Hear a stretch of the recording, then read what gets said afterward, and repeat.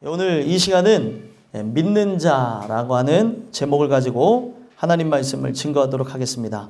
여러분들이 함께 요한일서를 보셨는데 요한일서는 왜 쓰여지게 됐냐면 도메티안 황제에 의해서 대박해가 진행되어질 그때에 믿음대로 살아가는 그리스도인을 흔드는 거짓 교사들이 교회 안으로 침투했습니다. 이들을 영지주의자라고 하는데, 영지주의라고 하는 것은 어떤 거냐면 모든 것을 이원론적으로 생각하는 거예요. 육체는 악하고 그 영은 선하다라고 하는 그런 관점을 가지고 우리가 죄를 지을 수밖에 없는 것은 당연한 것이다 라고 하면서 죄를 짓는 우리들의 모습 속에 은혜를 구하는 것이 아니라 그것을 당연하게 연결을 시키며, 가장 큰 문제는 뭐였냐면 그때 당시에 고통 중에도 괴로움 중에도 환난 중에도 그들이 신앙을 이길 수가 있었던 그 예수 그리스도의 오심을 부정했다는 거예요. 예수님 자체를 그들은 어떻게 표현을 했냐면 인간으로 표현했습니다. 그렇게 하는 것으로 예수 믿는 것에 대해서 그들은 폄훼해버렸으며 예수 믿는 것은 우상을 숭배하는 것처럼 연결을 지어버렸다는 거예요. 그런 것이 이제 교회 안에 침투하게 되면서 재림을 기다리던 성도들이, 고통 중에도 은혜로 살아갔던 자들이 야, 우리는 당연히 죄를 지을 수밖에 없대 하면서 세상을 사랑하고 죄악을 사랑하는 것을 당연시 여겼다는 거예요. 여러분들, 우리가 육을 입어서 죄를 범하는 것은 당연한 겁니까? 당연하지 않은 겁니까? 당연한 거긴 하죠. 육체를 입어서 죄를 범할 수밖에 없는 것은. 그렇기 때문에 은혜가 필요한 거잖아요. 근데 그들은 은혜를 부정해버렸다는 거예요. 오늘도 우리가 그 은혜에 의해서 살아가는 건데, 그분이 우리를 긍휼히 여기시어 공급하시는 그 사랑, 공급하시는 그의 놀라운 그 신비한 능력을 갖고 우리가 살아가는 건데, 그 모든 것을 불필요하게 만들어 버렸다는 거예요. 소망하기는 이 요한일서를 보면서 살펴봐야 되는 게 뭐냐면, 예전이나 지금이나 교회의 상황은 크게 변하지 않았어요.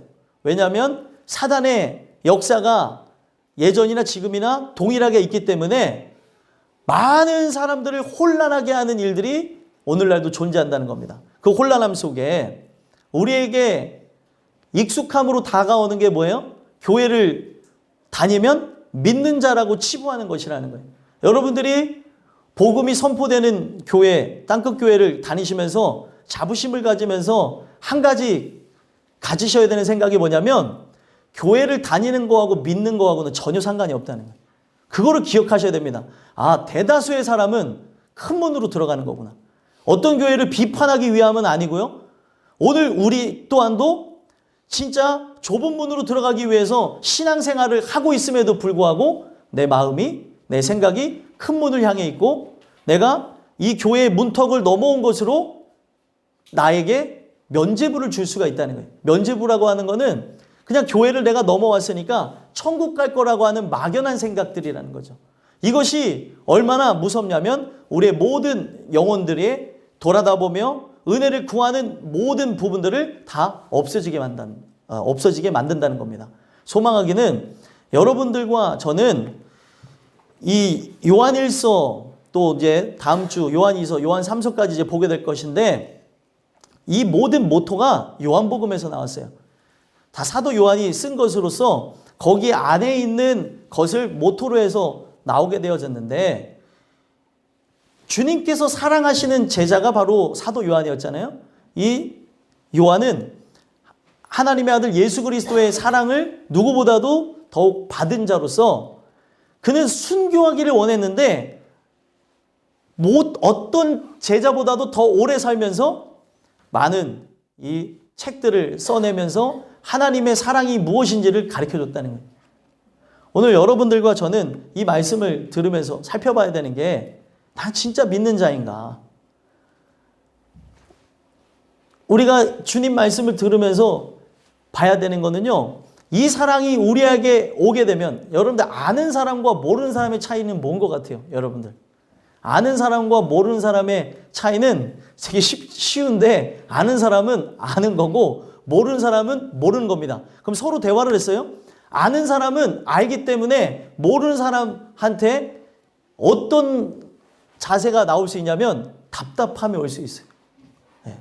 그리고 답답함과 그리고 그것에 의해서 안타까움이 찾아올 수 있다는 거예요. 부모가 자녀를 향해서 그런 마음을 갖고요. 또 세상을 먼저 많은 것을 경험한 분들이 아직 세상을 모르는 친구들에게 답답함을 느낀다는 거예요. 아, 이 세상이 녹록치가 않은데 이 경험으로 나가는 세상 가운데서도 사람들이 그런 거를 가지고 이야기를 하는데 오늘 우리에게 진정 하나님을 아는 것이 하나님을 우리가 믿는 것이 우리 안에 온다면 우리 인생에서 하나님 말씀에 의해 왜 우리가 그렇게 살아가야 되고 왜 이 말씀이 진짜 우리의 삶하고는 어떻게 보면 동떨어진 것처럼 찾아오면서까지 우리에게 말씀하는 이유를 알 수 있다는 거예요. 왜 그런 것 같아요? 이 말씀에 의해서 우리가 살고 죽는 게 결정되기 때문에 그렇습니다. 그렇기 때문에 부족하고 연약하고 똑같은 인간의 심정 속에서도 우리가 내가 가정 속에서 이것을 알았어요? 부모가 먼저 알고 자녀에게 얘기할 때 어떨 때는 눈물이 나면서까지 얘기하는 게 이 사랑을 저도 알아야 되는데 모를 때 이건 정말 어떻게 할 수가 없는 거예요. 왜 그러냐면 우리의 삶은 지금 눈으로 보여지는 것이 전부가 아니기 때문에 그런 것, 아니기 때문에 그렇다는 거죠. 근데 오늘날 이 세상은 눈에 보여지는 게 전부인 것처럼 모든 사람들을 거기에다가 다 매료시켜서 우리가 하나님을 의지하지 못하게 만들고 있다는 겁니다. 소망하게는 여러분들과 제가 그 하나님의 그 은혜와 진리를 깨닫는 것을 통해 우리 많은 이들에게 그 하나님의 그 은혜가 그 하나님의 진리가 내 안에 있다면 그것을 늘 증거하고 그것을 선포하고 나가는데 모든 걸 걸었으면 좋겠습니다. 이 세상이 지금 멸망을 향해 나가고 있잖아요. 근데 멸망을 향해 나가고 있는데 우리의 삶이 언제 끝나는지를 모르는데 이것을 같이 바라봐야 될 동지들이 같이 바라봐야 될 동역자들이 다른 것을 바라보고 있다면 하나님이 나를 보실 때 어떤 마음일까? 또 하나님의 사랑이 들어온 사람이 아직 하나님의 사랑에 지금 젖지 않은 사람들을 볼 때 어떤 마음일까를 생각하면서 주의 말씀을 들으셨으면 좋겠어요. 오늘 제목이 뭐죠? 믿는 자입니다. 믿는 자라고 하는 것은 아무에게나 쓸 수 있는 단어가 아니에요. 믿는 자라고 하는 것은 예수를 영접한 사람을 믿는 자라고 합니다. 그래서 오늘 우리가 요한일서를 통해서 봐야 되는 것은 그 거짓 선지자에 의해서, 거짓 교사에 의해서, 그 영지주의자에 의해서 너희들이 흔들리고 있느냐? 이거는 예수를 진짜 믿지 않아서라는 것을 그들에게 강조하면서 하나님의 빛이 너에게 임한다면 너희들이 죄인됨을 인정하고 그 죄인됨을 인정하면서 십자가에 달린 그 예수가 얼마나 존귀한 존재인지를 알고 그가 흘리신 물과 피로서 거듭난 것을 체험했던 것처럼 오늘 그것에 의해 살아가는 자가 믿는 자라는 거예요. 오늘 여러분들과 제가 오늘 이 말씀을 들으면서 돌아다 보셨으면 좋겠어요. 삶을 보면서 중심을 보자고요. 삶은 아직 안 따라줄 수 있습니다. 그러나 중심은 내가 교회 다니는 사람인지 아니면 믿는 자인지를 말씀을 통해서 조명해 줄 거라는 거예요. 그래서 오늘 이 주신 말씀을 통해 내가 믿는 자인지 믿는 자가 아닌지를 살펴보시고 우리 모든 이들이 믿는 자가 되어지는 귀한 은혜가 있게 되기를 간절히 소망합니다. 그래서 믿는 자라고 하는 말씀을 통해 여러분들에게 세 가지 권면의 말씀을 드리고자 하는데요. 첫 번째, 믿는 자란 하나님의 계명을 준수하는 사람이라는 거예요. 그래서 1절에서부터 3절까지 내용을 보면 계명을 준수하는 걸 통해서 바로 이 사람이 바로 하나님을 믿는 증거가 있는 사람이라는 걸 가르쳐 준다는 거예요. 이거는 뭘로써 증명을 하는 거냐면요. 내가 계명을 지킨다 하는 게 내 의가 아니라 내가 그걸 동의하지도 않는데 억지로 하는 게 아니라 사랑으로서 증명되어진다는 거예요.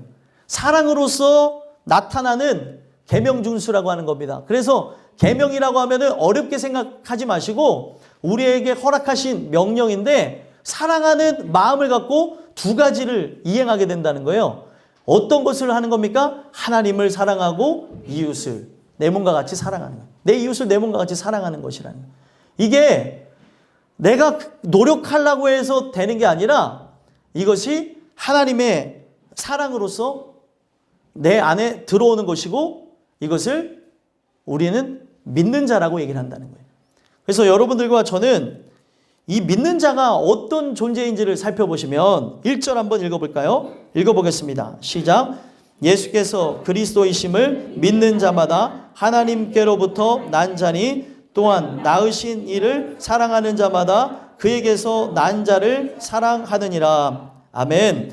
예수 그리스도를 믿는 자라고 시작했어요. 믿는 자마다 어떤 자라요?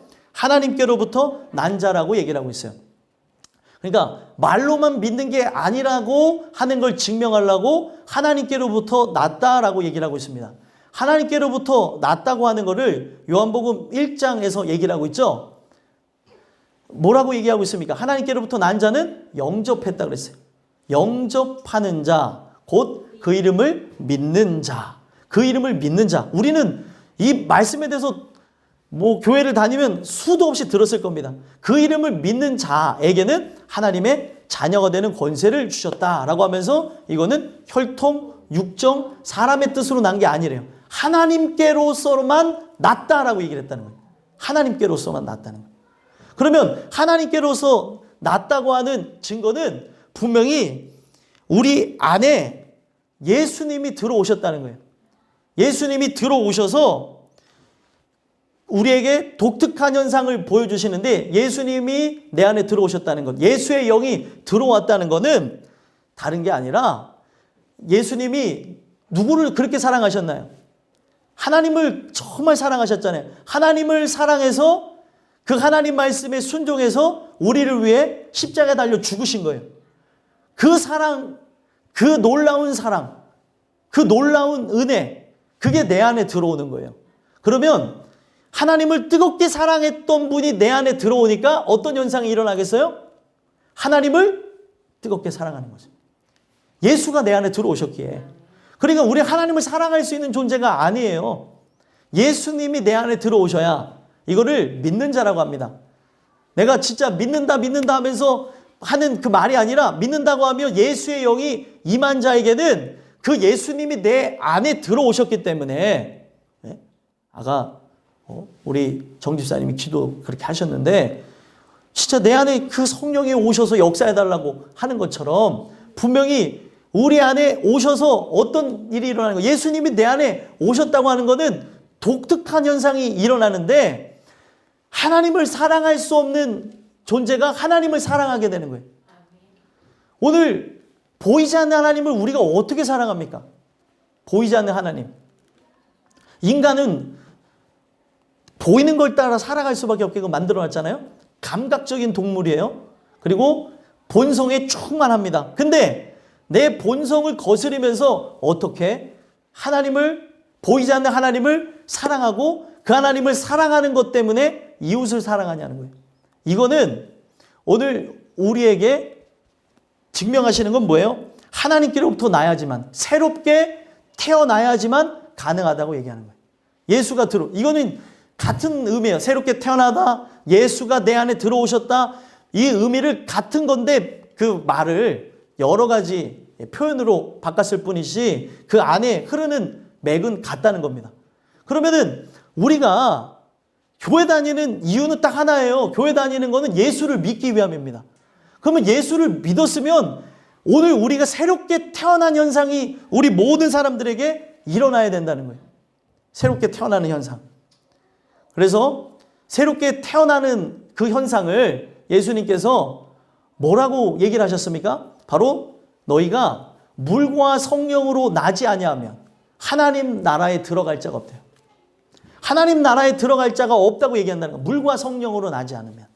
물은 예수님을 상징하는 거고 성령은 그 오늘날 그 성령의 깨닫게 하시는 은혜를 통해 그리스도와 연결시켜주는 걸 얘기하는 거예요. 그걸 통해 우리가 새롭게 태어나는데 요한복음 3장에서 얘기하고 있는 거는 우리가 새롭게 태어나는 것, 거듭나게 되는 거를 어떻게 표현하고 있냐면 바람이 임의로 불매라고 얘기하고 있어요. 내 주권이 아니라는 거예요. 바람이 어디서 불어오는지는 모르지만 불개하시는 일을 따라서 불어오는 것처럼 하나님이 택정한 영혼들에게 이와 같은 현상이 반드시 일어난다는 겁니다.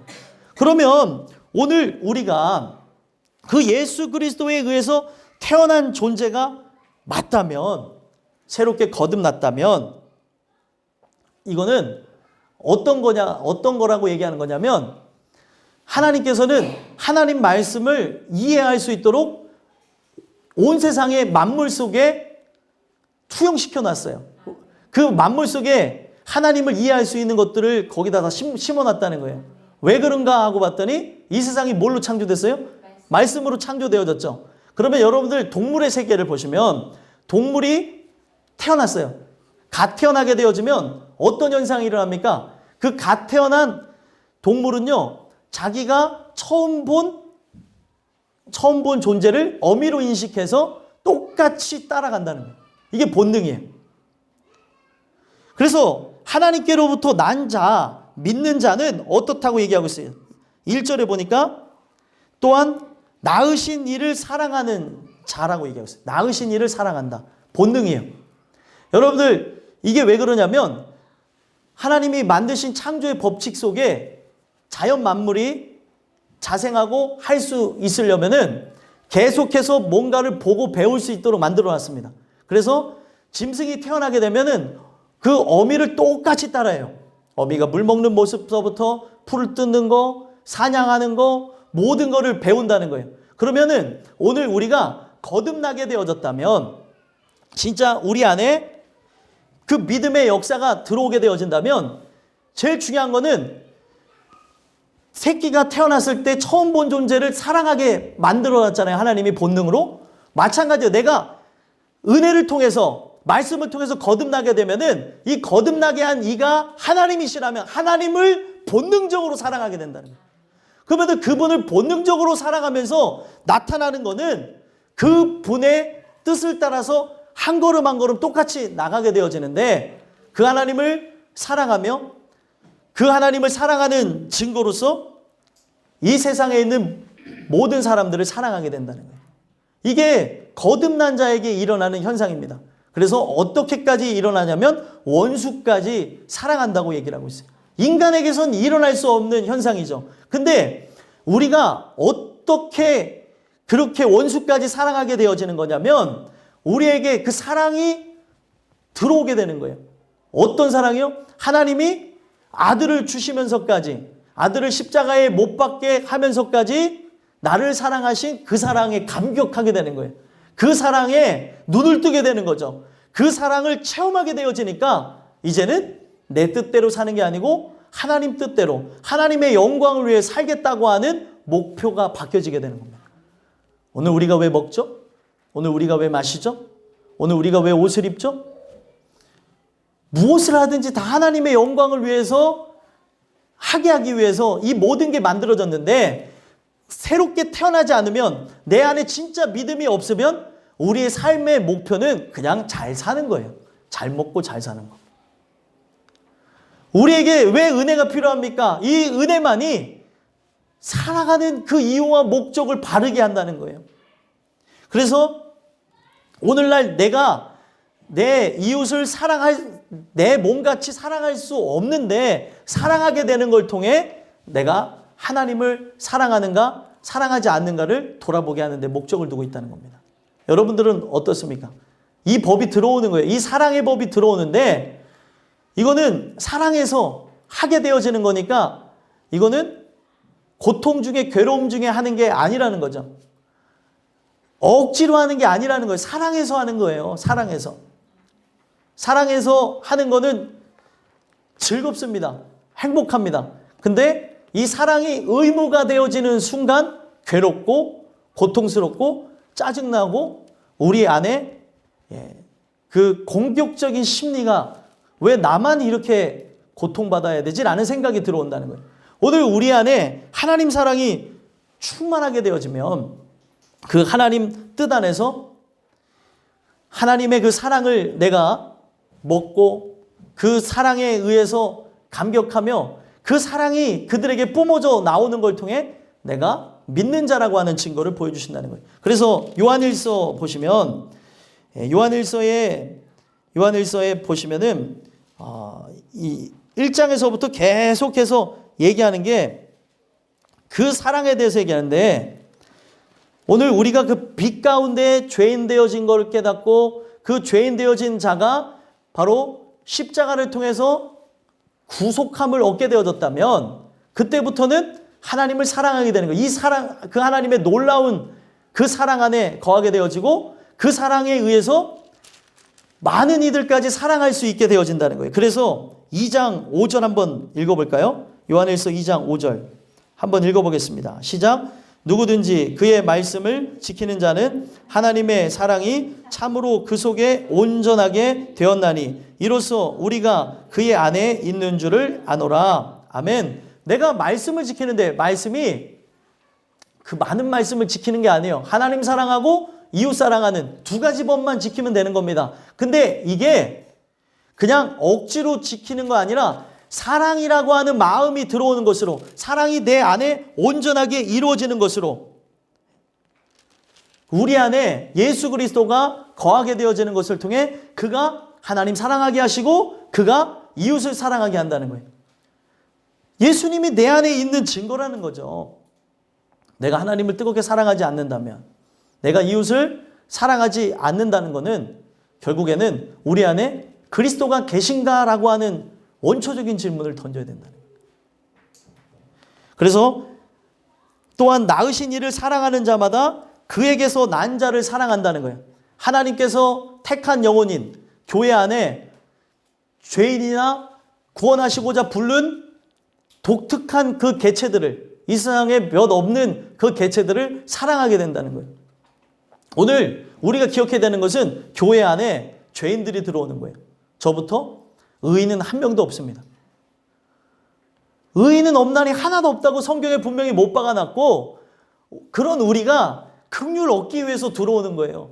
그 긍휼에 의해서 새롭게 태어나기 위해 새롭게 거듭나기 위해서 들어와 내가 그 사랑에 의해서 새롭게 태어나게 된다면 십자가에 죽으신 그의 놀라운 사랑으로서 거듭나게 되어진다면 오늘 내 살아가는 목적이 하나님 나를 살리기 위해 아들을 주신 그 사랑 때문에 살게 되는 걸로 바뀌어진다는 겁니다. 그래서 2절을 보시면 2절 한번 읽어볼까요? 5장 2절 읽어보겠습니다. 시작. 우리가 하나님을 사랑하고 그의 계명들을 지킬 때에 이로써 우리가 하나님의 자녀를 사랑하는 줄을 아느니라. 아멘. 하나님을 사랑하게 되어졌다. 본성이 바뀌어진 거예요. 본성이 예전에는 내 뜻대로 내 마음대로 살아가는 거였다면 그 십자가의 그 은혜와 십자가의 사랑을 경험하게 되면서 하나님의 사랑이 내 안에 진짜 들어왔다면 본성이 바뀌어진 거죠. 새롭게 태어난 거죠. 이제는 내 뜻이 아니라 아버지 뜻대로 살아가며 두 가지 법 안에 거하는 거예요. 하나님 사랑하고 그리고 그 계명을 지키는 것을 뭘로써 알아요? 하나님의 자녀를 사랑하는 것으로 알게 되어진다는 거예요. 하나님의 자녀를 사랑하는 것으로. 오늘 우리는 연약합니다. 부족합니다. 이 교회 안에 우리가 들어와서 있을 때 각자 갖고 있는 시각도 다르고요. 배경도 다르고요. 또 살아가는 삶의 수준도 다르고요. 지식 수준도 다 달라요. 근데 하나님께서 동일한 걸 갖고 엮어주셨는데 죄인이라고 하는 이름으로 우리를 부르셨어요. 이 죄인은 아무나 느낄 수 있는 게 아니라 예수님께서 택한 영혼들에게만 느끼는 것이 죄인됨을 느끼는 거라는 거예요. 그렇기 때문에 어떤 갭 차이가 있을지라도 수준에 대한 문제, 기준에 대한 문제가 다를지라도 성경은 뭐라고 얘기하고 있냐면 같은 뜻, 같은 마음, 같은 곳을 바라보게 되어진다는 거예요. 여기는 차별도 없고 여기는 같은 마음과 같은 뜻과 같은 소망을 갖는 사람들이 모이는 장소라요. 어떤 사람도 들어올 수 있어요.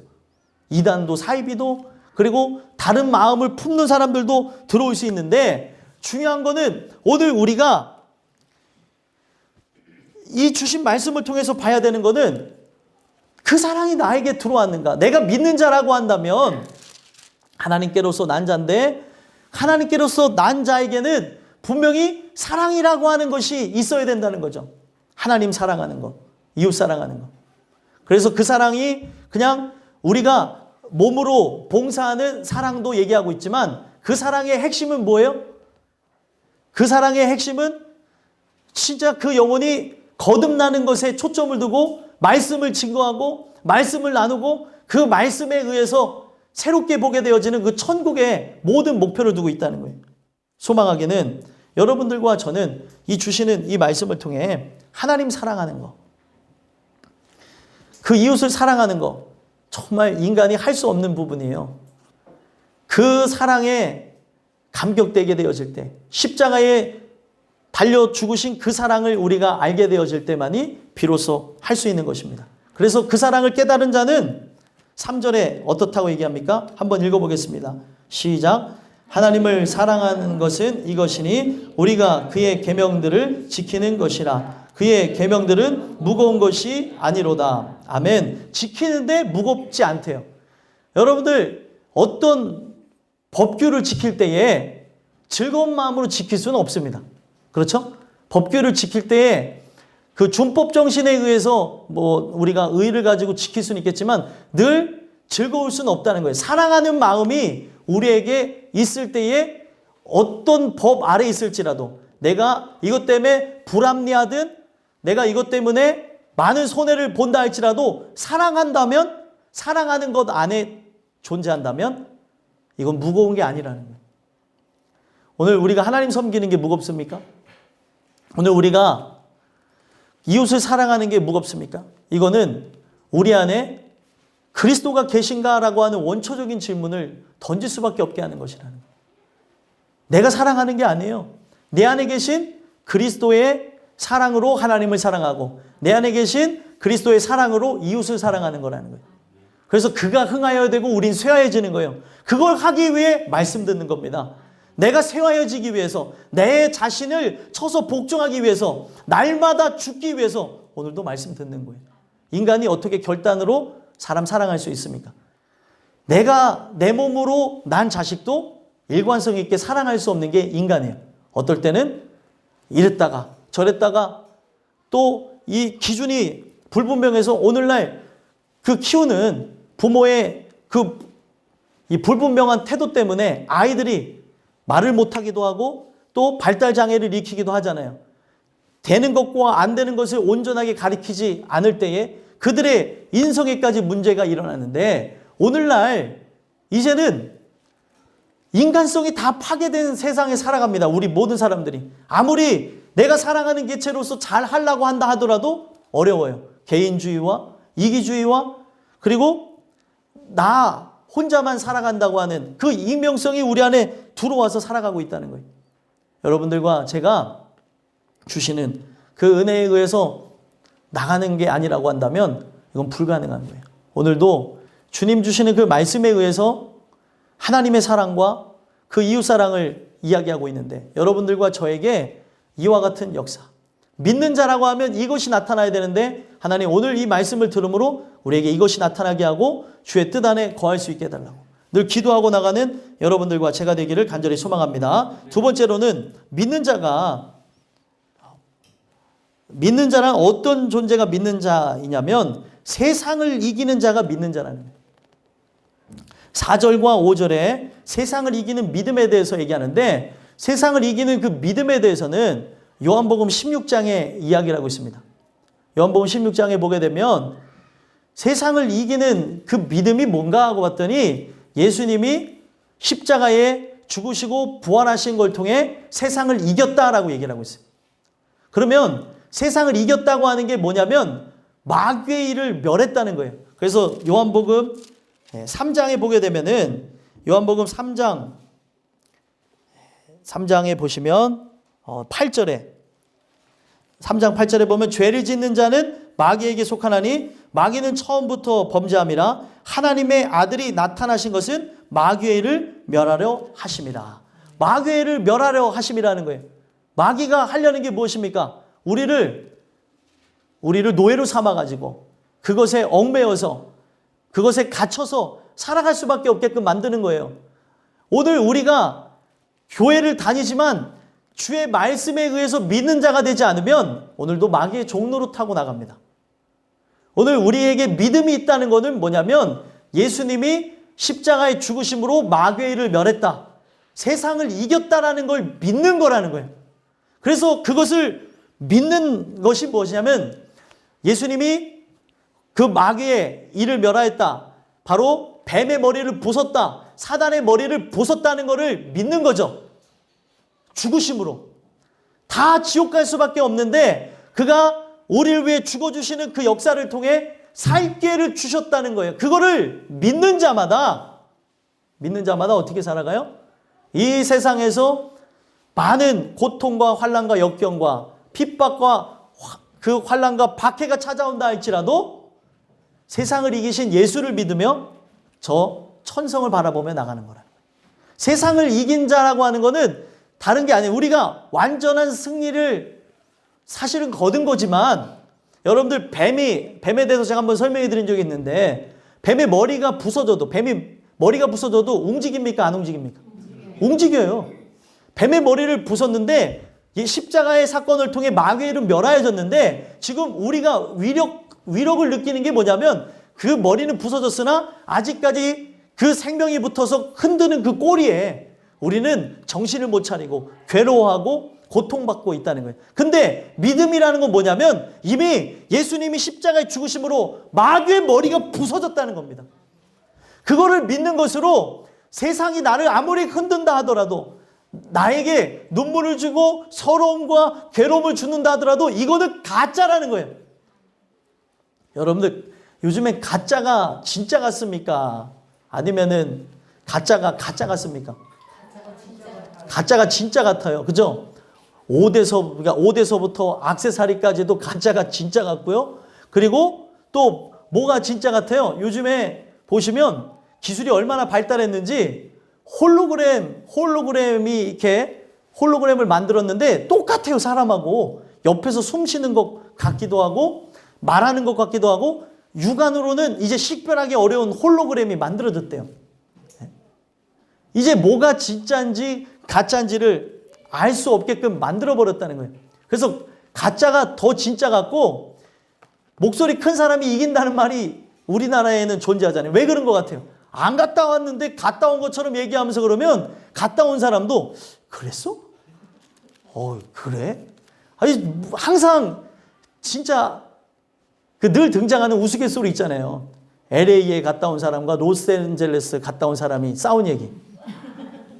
네? 같은 얘기잖아요. 근데 내가 가봤는데 다르다는 거예요. 다르다고. 야, 그 LA 옆에 로스앤젤레스가 붙어 있는데 야, 거기 되게 좋다. 거기가 어디야? 갔다 온 사람에게 물어봤다잖아요. 거기 옆에 갔는데 너무 좋아. 그래?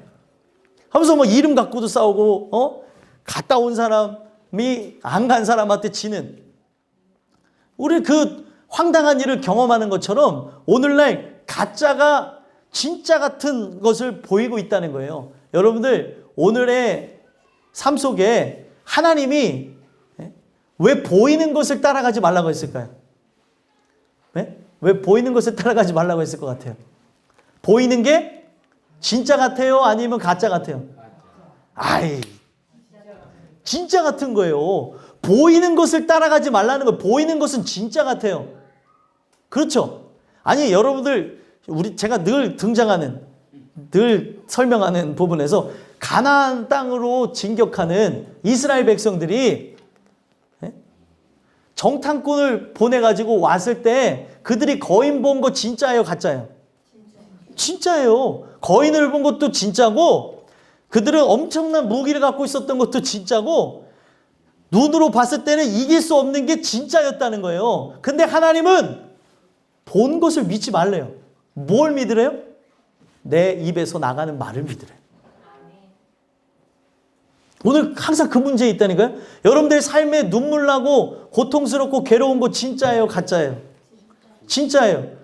우리가 살아가면서 세대 간이 겪는 서러움이 있습니다. 10대는 10대 나름대로, 20대, 30대, 40대, 50대, 60대, 70대, 80대까지 겪는 서러움이 다 있어요. 그 세대 간이 겪는 아픔은 그때 살았던 사람이라 할지라도 공감을 어느 정도 해도 100% 공감을 못합니다. 그래서 대화하던 중에 이런 얘기를 하죠. 엄마는 내 마음 몰라.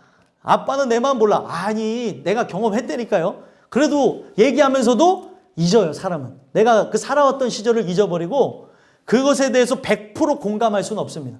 근데 그 세대간을 겪으면서 내가 믿음을 갖고 살아가며 겪는 이 모든 일들, 눈으로 목도하는 것, 그리고 내가 체험하는 것 진짜라니까요. 가짜가 아니에요. 돈 때문에 서름 당하는 거 진짜예요, 가짜예요? 진짜예요. 여러분들, 우리가 명예와 권력과 건석을 따라가지 않게 되어짐으로 오게 되어지는 우리의 삶의 자괴감 진짜입니다. 모든 게 진짜예요. 건강 때문에 오게 되는 슬픔도 진짜입니다. 다 진짜예요. 근데 하나님은 내게 지금 일어나는 현상과 눈에 보여지는 것, 그리고 내가 경험케 되어지는 것, 귀로 들려지는 것, 그걸 믿지 말래요. 오직 내 입에서 나가는 말만 믿으래. 그게 우리가 살 수 있는 진짜 동력이라니까요. 그래서 본 사람이 와서 하는 얘기가 뭐예요? 내가 가서 봤더니 그 수많은 적군과 그 성들을 우리는 이길 수가 없다는 거예요. 그 진짜예요, 가짜예요? 진짜예요, 그거. 그랬더니 미친 두 사람이 나왔어요. 여호수아와 갈렙이. 여호수아와 갈렙 미친 사람이에요. 오늘날로 얘기하면. 오늘 여러분들과 저는 합리적인 이성을 따라 나가는 게 아니라 미친 사람이라니까요. 미친 사람이 은혜를 통해서 되어져야 되는 건데 미쳐야 되는데 미치지를 않아서 미칠 것 같은 거예요, 지금. 미쳐야 되는데. 그래서 제일 그게 힘든 거예요. 그건 건 아는데 이게 제일 힘든 거예요. 아는데 살지 못하는 것. 아는데 그 길로 나가지 못하는 것. 그래서 성경은 그걸 못을 박았다니까요. 우리가 그걸 못한다는 거예요. 내 결단으로 되는 게 아니라 오늘도 긍휼 구하라는 거예요. 하나님께 진심으로. 내게 행할 수 있는 힘과 능력을 달라고. 하나님, 내가 이 길로 나가야 되는 거를 알았습니다. 근데 주님, 내가 육신을 입어서 그 길로 나가지 않고자 내 육은 오늘도 살아서 하나님을 거역하려고 하는데 주님, 나를 도와주세요. 나에게 은혜 주세요. 이거 외에는 내가 살 길이 없습니다. 하는 자마다 산다니까요. 그래서 예수를 믿는다는 게 뭐예요? 그가 나에게 하시는 거예요. 그가 내게 오셔서 하는 겁니다. 내 안에 착한 일을 시작하시는 것은 내가 아니고 그리스도예요. 그가 내 안에 오셔서 나를 자유케 하시고 그가 오셔서 오늘도 세상을 이기는 그 승리가 뭔지를 만끽하게 하는 거예요. 괴로워도 슬퍼도 오늘 우리가 눈물을 머금으면서 그거를 밟고 나아가며 나가는 것은 이 말씀만이 진짜기 때문에 그렇다는 거예요. 눈에 보여지는 게 여러분들 진짜지만 성경은 가짜라고 얘기를 하고 있어요. 여러분들 뭘 믿으시겠습니까? 여호수아와 갈렙은 미친 사람들이었다니까요. 그러니까 그래 너네만 믿음이 있어. 여러분들 이거라니까요. 오늘날도 동일하게 일어나요. 믿음의 말을 하면 어떤 현상이 일어나느냐면 너만 믿음이 있어? 너만 예수 믿어? 나도 그거 알아. 근데 내가 힘들어 죽겠는 걸 어떻게 하라고. 그래서 어떤 현상이 일어났어요? 성경에서는요. 돌을 들어서 쳐 죽이려고 그랬어요. 그 분노가 얼마나 큰지. 이스라엘 백성들이 교육받으면 큰 게 뭐예요? 하나님 말씀이죠. 거기에서 믿음이 있었던 사람은 두 사람밖에 없었다니까요. 그러니까 나도 다 안다는 거예요. 나도 아는데 지금 내 앞에 처해 있는 이 상황 어떻게 이겨내냐는 거예요. 그랬더니 미친 두 사람이 나와서 하는 얘기가 뭐예요? 그들은 우리의 밥이라! 그랬더니 이 사람들이 열이 받았고 저 미친 애들이 다들 돌을 들어서 쳐 죽이려고 했던 거예요. 오늘날도 똑같은 현상이 우리의 인생 속에서 일어나고 있습니다. 하나님의 말씀은 미친 거예요. 하나님 말씀은 그 은혜가 아니면 절대로 살아갈 수 없습니다. 그래서 성경에 여러분들 사도 바울을 바라다 보면서 그 베스도가 뭐라 그랬어요? 베스도가 그 바울을 보면서 법정에 서서 하는 얘기가 네 학문이 너를 미치게 했다.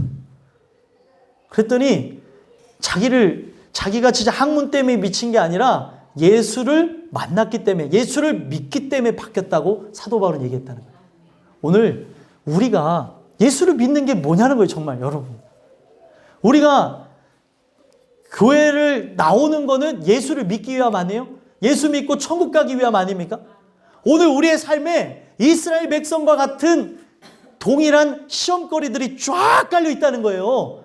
우리는 그들 보면서 아유 뭐 또 넘어졌네, 아이고 이런 멍청한 사람들, 아유 답답한 사람들 맨날 넘어지고 울고불고 불평불만하고 아이고 잘한다, 아이고 잘한다 막 이러면서 보는데, 그게 누구 얘기예요? 내 얘기예요. 내 얘기. 어쩜 은혜의 눈이 딱 열려져서 보게 되면 어쩜 내 삶하고 이렇게 닮아 있는지.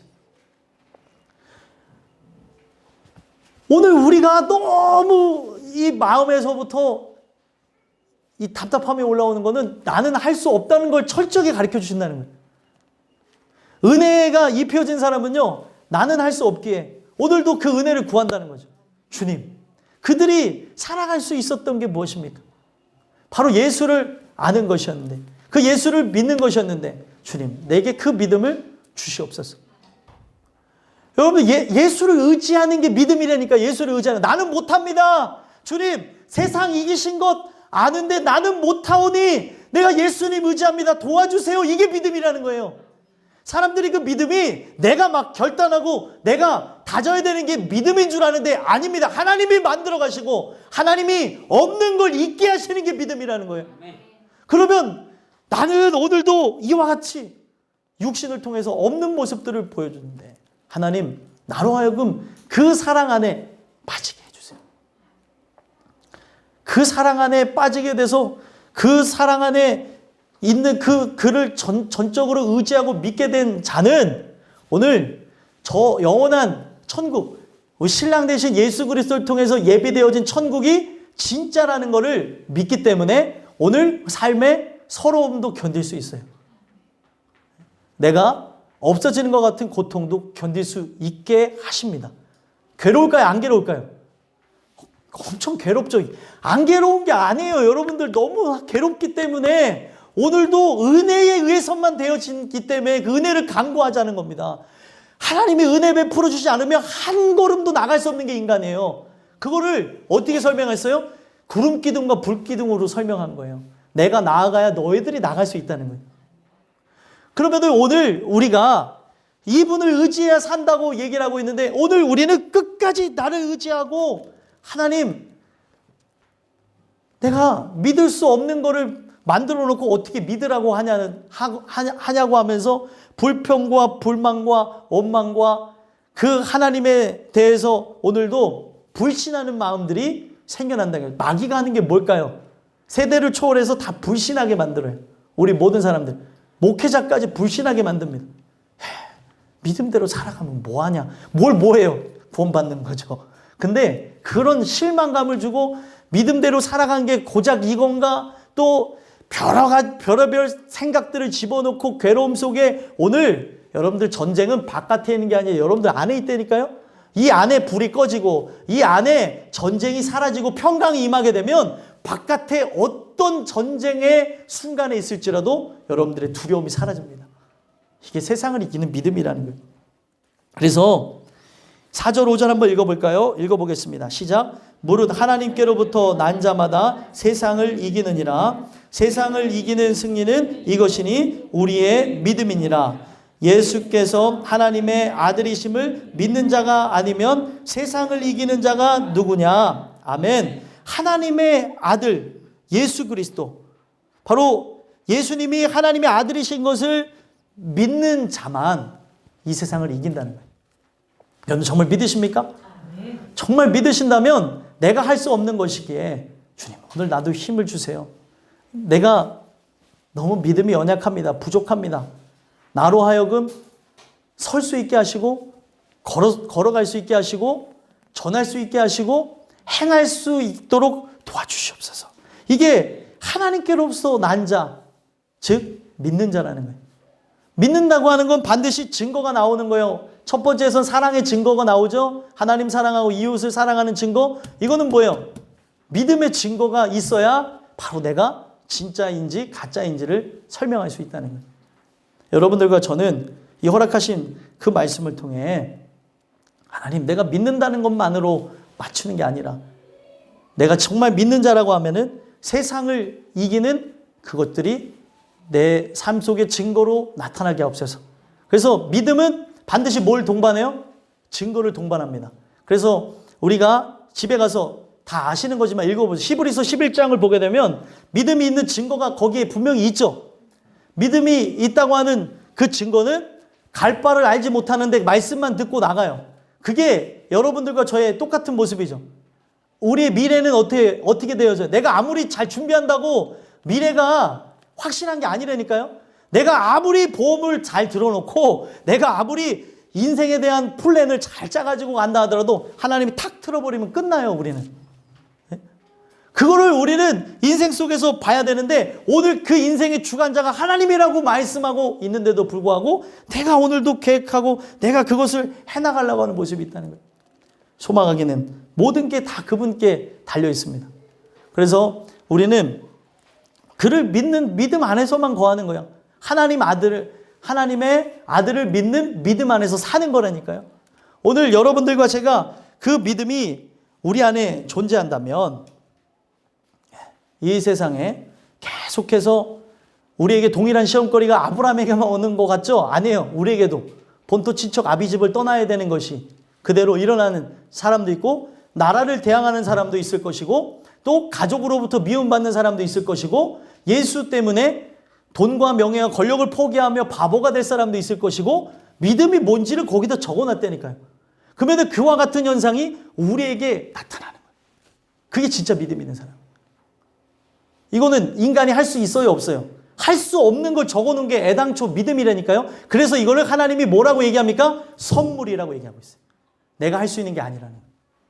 오늘 여러분들과 제가 그 선물을 받았다면 그 증거가 수도 없이 나오는 걸 통해 감사 찬양하고 내가 세상을 이겼다고 하며 아까 기쁨으로 찬양했던 남성교회 찬양처럼 그 찬양이 날마다 찬양한다고 하는 그 찬양이 우리 모두의 찬양이 되기를 간절히 소망합니다. 마지막 세 번째로는 믿는 자가 어떤 자냐면 믿는 자란 생명이 있는 자가 믿는 자라는 거예요. 생명이 있는 자.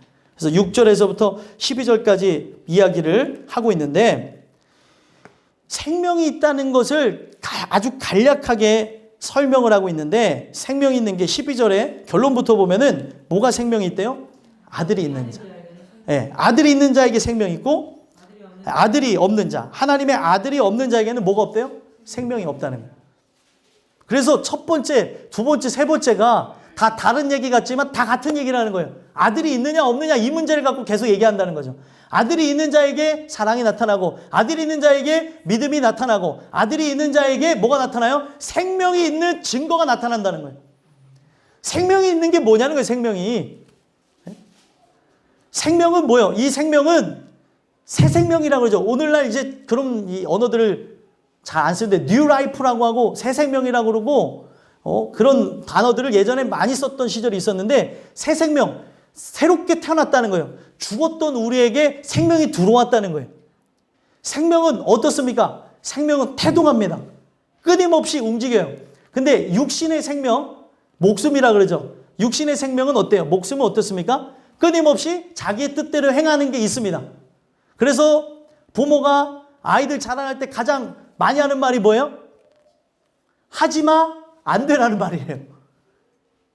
일정 기간 동안은 하지마, 안 되라는 말을 정말 많이 한다고 합니다. 그래서 이거를 학습을 시키죠. 부모들에게. 이 말을 하래요, 하지 말래요? 하지 말라고 합니다. 근데 입에서 나와요, 안 나와요? 나와요. 네?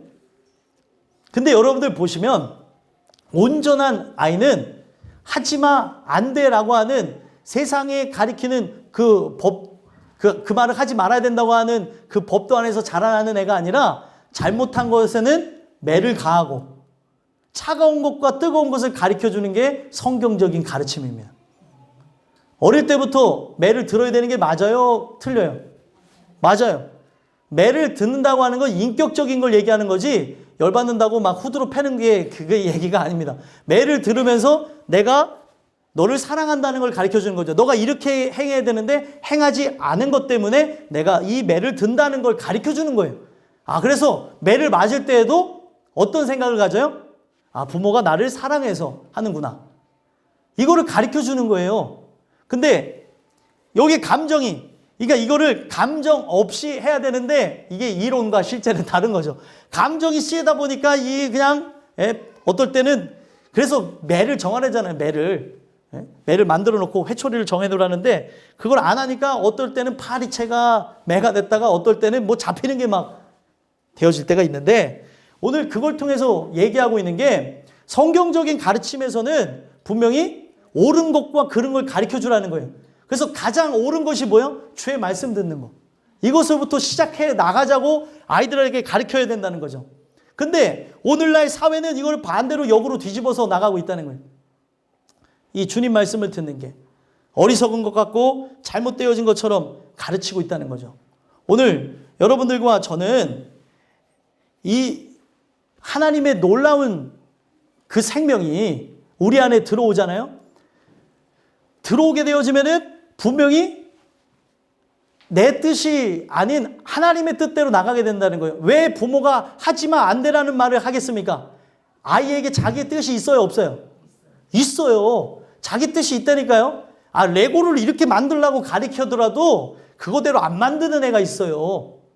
설명서가 이거라는데 하면서 만들면은 이거 요상한 건데 이 모양새가 성인데 성이 아니라 뭐 이상한 걸 만드는 애들이 있다니까요. 그럼 너 왜 이거 만드니? 했더니 저거 이렇게 만들고 싶어요. 대화하는 걸 보세요. 그런다니까요. 애들이 자기가 먹는 것도 좋아하는 것만 먹죠. 부모는 골고루 먹어야 된다고 하는데 자기의 뜻이라는 게 존재한다니까. 이게 뭐냐면 인간의 부패함입니다. 부패함이 우리 안에 투영이 되어 있어서 부모의 뜻을 거역하려고 하는 그 모습을 통해 뭘 가르쳐 주시는 거예요? 우리가 하나님의 뜻을 거역하려고 하는 그 의도가, 그 부패함이 우리 안에 그냥 있다는 거예요. 그래서 그냥 이 세상에 생명을 가지고 육체의 생명 갖고 나아가는 자는 큰 죄를 범하든 큰 죄를 범하지 않던 그 안에 원죄가 있고 또 그의 뜻이 잘못되어졌죠. 하나님의 뜻대로 나가는 것이 아니기 때문에 저 영원한 지옥에 갈 수밖에 없다는 거예요. 그래서 성경은 뭐냐면 예수 생명이 우리 안에 들어와야 된다는 거예요. 아들이 내 안에 오셔서 그 아들 안에 있는 생명이 우리 안에 와야 우리가 먹든지 마시든지 무엇을 하든지 하나님의 뜻대로 나갈 수 있다는 거예요. 여러분들 그걸 위해서 오늘도 말씀을 듣는 거예요. 듣는 중에 생명이 들어온다니까요. 듣는 중에 내 안에 확실히 생겨나기도 하고요. 듣는 중에 죄악들이 끊어져 나가기도 합니다. 그래서 듣는 거예요. 그래서 이 생명이 들어온 자만 하나님의 그 뜻대로 나가는 거예요. 생명이 들어와서. 예전에는 육신의 생명은 자기가 하고 싶은 대로 나가는데 하나님의 하나님의 생명이 들어오게 되면은 어떻게 되어질까요? 하나님 뜻대로 나가게끔 내 영혼이 몸부림치면서 두 개의 법이 싸움이 시작되어집니다. 예전에는 육체의 법만 있었던 자가 이제는 하나님의 생명의 법이 들어와서 충돌하게 되어지는 거예요. 근데 어떻게 되어집니까? 하나님의 씨가 들어와졌다고 이 성경에서 분명히 얘기하고 있거든요. 하나님의 씨가 3장 9절에 요한일서 3장 9절에 보면 하나님께로부터 난 자마다 죄를 짓지 아니하나니 이는 하나님의 씨가 그의 속에 거하며 하나님의 씨가 들어왔다는 거예요. 근데 하나님의 씨가 우리 안에 들어온다 하더라도 눈으로 봤을 때는 죄를 져요, 안 져요? 져요. 뭐를 얘기하는 거냐면 육체가 이게 되게 어려운 얘기인데 로마서에서 얘기하고 있습니다. 육체는 죄를 향해 나갈 수밖에 없도록 사망의 법에 의해서 계속해서 나간다는 거예요. 근데 생명의 법이 들어오면 이 생명의 법은 죄를 짓게 하는 게 아니라는 거예요. 그래서 이 두 법이 싸운다는 거예요.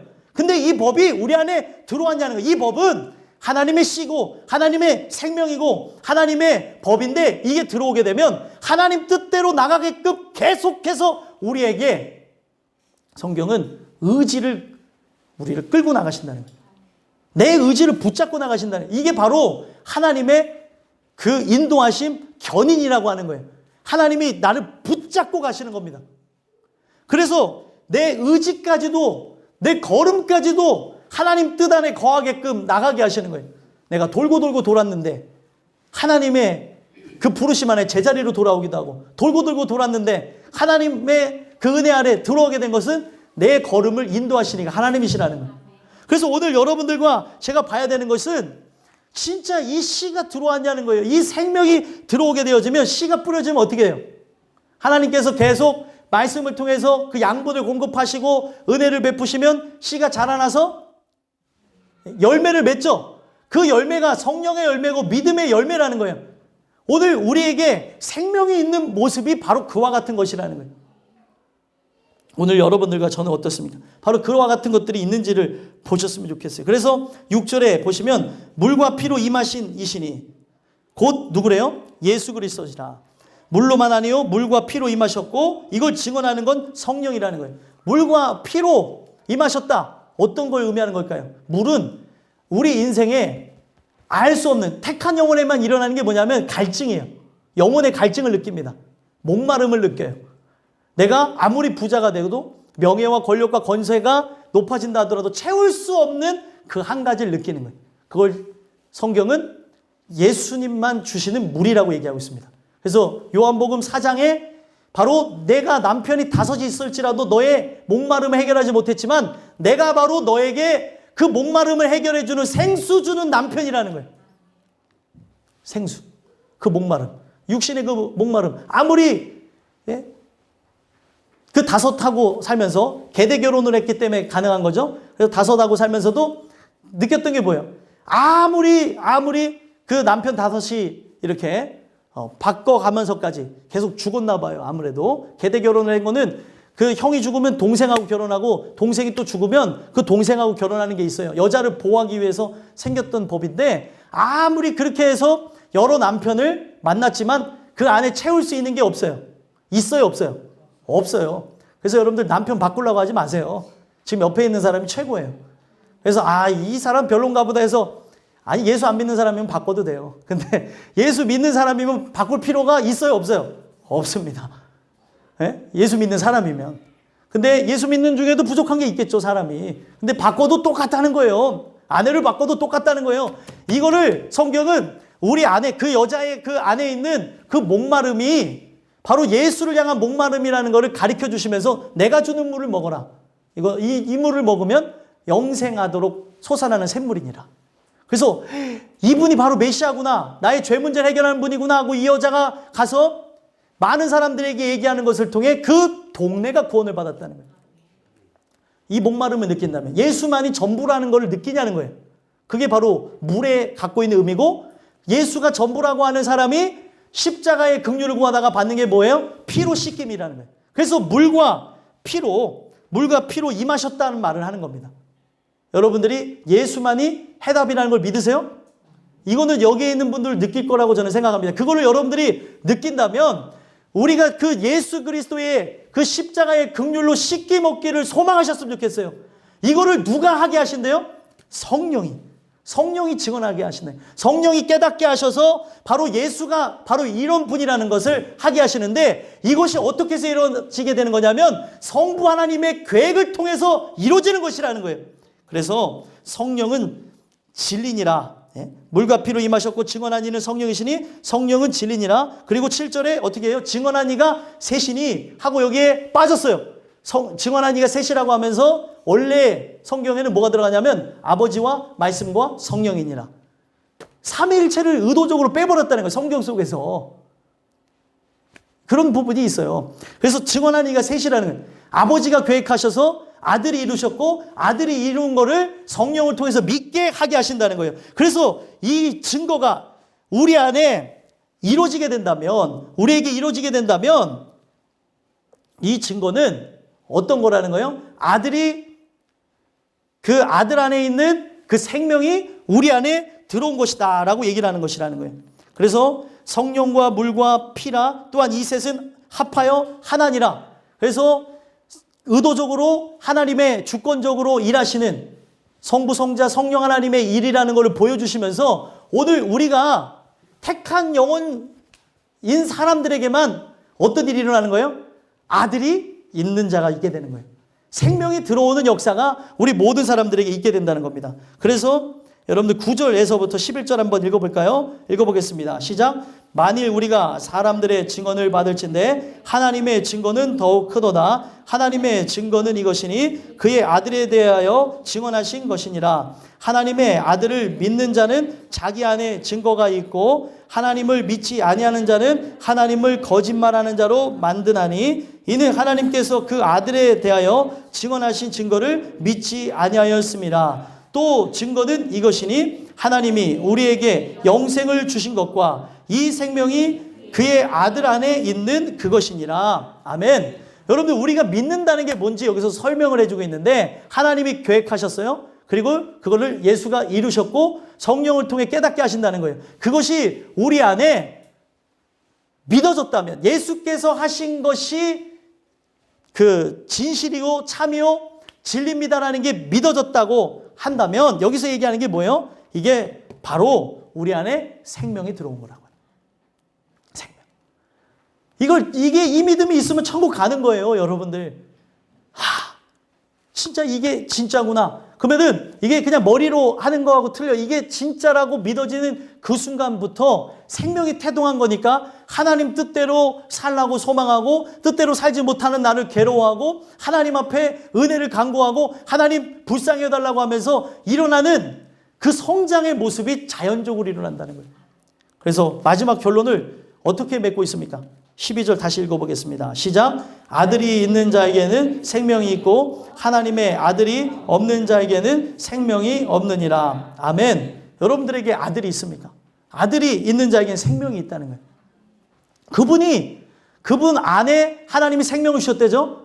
그를 진짜 믿는 믿음이 우리에게 있냐는 거예요. 그러면 그 믿음이 우리에게 있으면 그가 이루신 생명이 우리에게 들어옴으로 그것을 성경은 뭐라고 얘기해요? 영생한다고 얘기하는 거예요. 구원을 얻었다고 얘기하는 겁니다.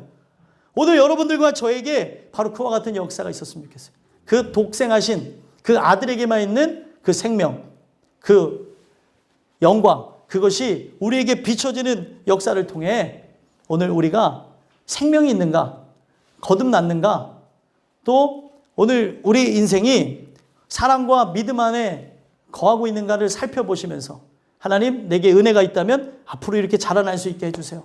늘 그것을 여러분 첫 번째로 여기는 역사가 있었으면 좋겠고요. 이거는 누가 가르쳐서 되는 게 아니에요. 여기지 말라고 하더라도 믿는 자에게는 이게 첫 번째가 되는 거예요. 오늘 여러분들과 저에게 이와 같은 역사가 일어나는 것으로 이 세상에 거하나 하늘에 속한 자로 승리하는 여러분들과 제가 되기를 간절히 소망합니다. 기도하겠습니다. 믿는 자라는